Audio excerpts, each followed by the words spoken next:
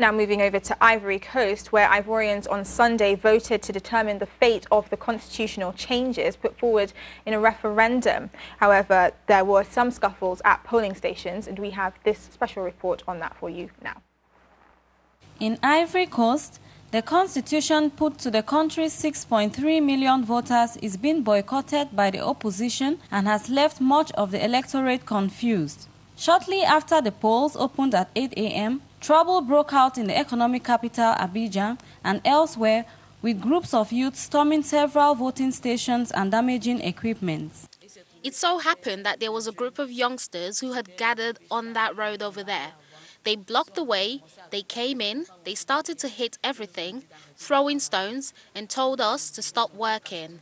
They came into the polling station, they broke everything, they knocked everything down, and they went to break stuff in the other rooms.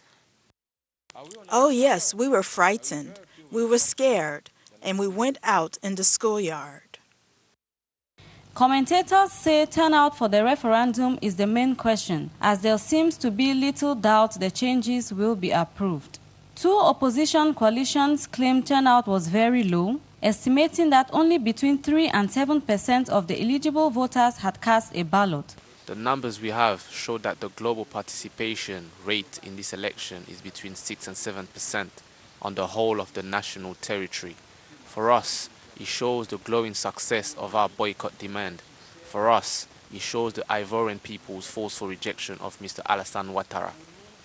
President Alassane Ouattara revised the constitution would create the post of a vice president and set up a senate, a third of which will be nominated by the head of state.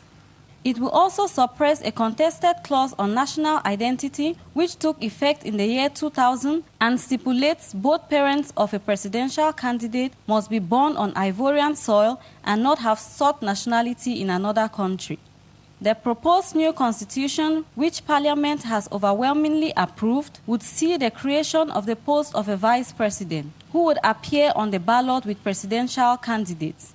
The government claims the idea is to ensure continuity if the head of state dies or is incapacitated, but its civilians seems to care less. Voting ended at 4 p.m. GMT. Counting is expected to be finished by Tuesday at the latest.